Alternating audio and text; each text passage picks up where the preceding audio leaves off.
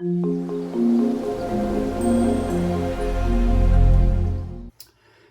today I'm going to be tying a Tokyo spider. This pattern is a very simple pattern that I will be using to teach my fly fishing club, my high school fly fishing club. But I will leave this video open for anyone who might be interested. It's very, very simple. It's just a handful of ingredients. First of all, you use foam, craft foam, which can be purchased anywhere. Michael's, Hobby Lobby, I think even Walmart sells the stuff. They're pretty thin.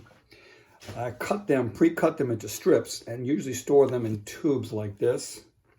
Some of my favorite colors, patterns are kind of lime chartreuse, shall we call it, in black. I also use the LSU purple and gold, which works really well. Today I think we're going to use this teal and orange combination. All right, that's the first thing you use. Second thing is you need a size 10 dry fly hook, which I've got there. You'll need some type of super glue, and I use this Ultimate Gel Control super glue. I've got some Sally Hansen's to finish the fly with, or you can use any type of head cement. And finally, you need rubber legs. Where I put? Oh, my rubber legs. And I usually keep my rubber legs stored somewhere like that. Okay. And today I think we'll use something like this for this pattern. So I'm going to get this out ahead of time so I'm ready. And that'll work. All right. First thing we do, dress the fly. I'm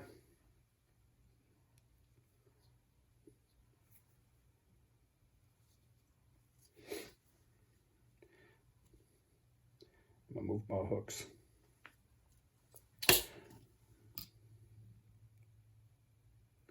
You want to get your thread wraps all the way down towards right where the bend of the hook begins. I think that helps the fly in the water, how it floats. By the way, this pattern is fantastic for all bluegill varieties, and bass will eat it up. I even know people who caught catfish on them. But anyway, fantastic pattern. All right, after I do that, I'll put a little bit of super glue because when you're working with foam, I like everything to stay in one spot and not move around. So I'm going to put a little super glue here. What I have learned by doing this is that less is more. You don't want to use too much glue, right? So I normally start with my darker color. So if I'm using this, that would be the purple. If I'm using black and green, it'd be the black, or black and yellow. In this case, I'm going to use this teal. About halfway up the hook, I'm going to start wrapping this in.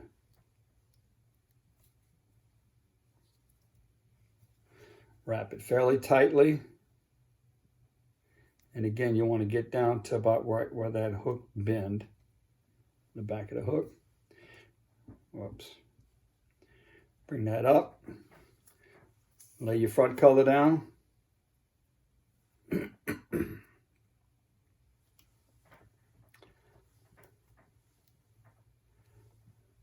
have to be honest with you, I've tried this video several times with a GoPro, with my laptop. Just haven't been happy with the sound quality, so I'm hoping this iPhone works just fine. Okay, make sure you leave yourself enough room to get your tippet in that hook. Don't go too far, okay? Next step is I take this, I'm gonna cut a strip about like that because I'm gonna half that over. This will make the rump on the spider, okay? So I put a little dab. I started off putting too much glue and it would not stick.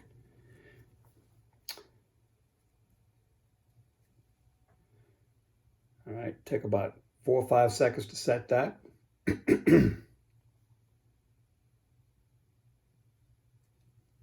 Okay, then the other strip.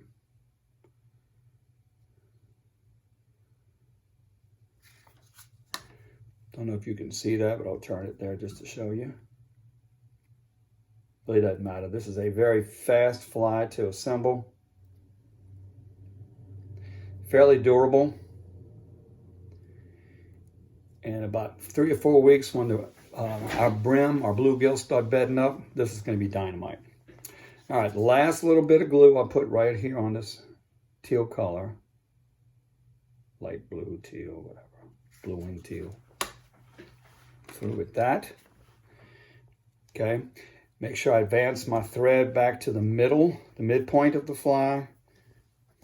Midpoint of the hook. Okay. And I come over and I make this tail piece. Or the rump of the spider's tail.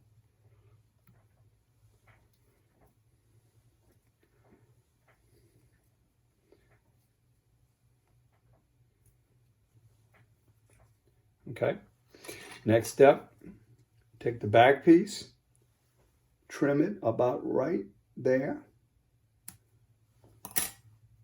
See that, hopefully, okay? Then come back over with your top piece and secure it.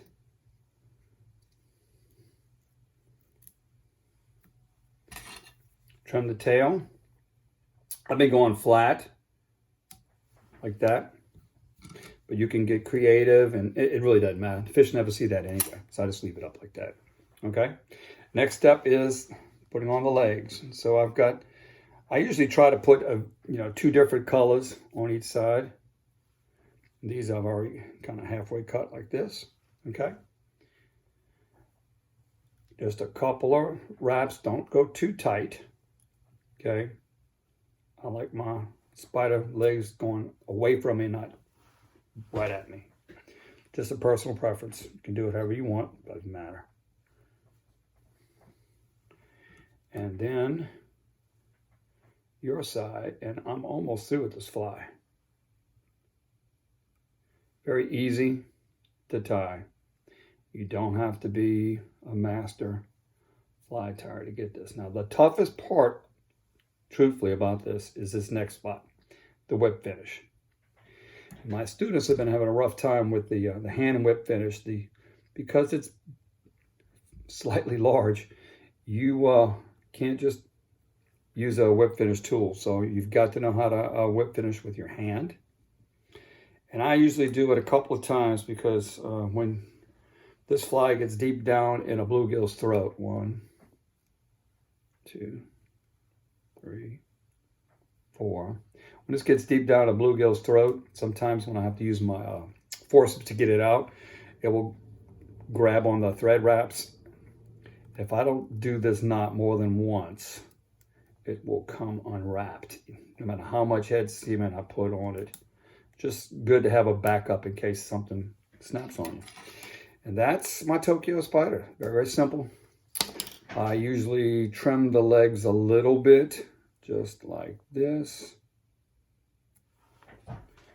And like this. So I get kind of uniform.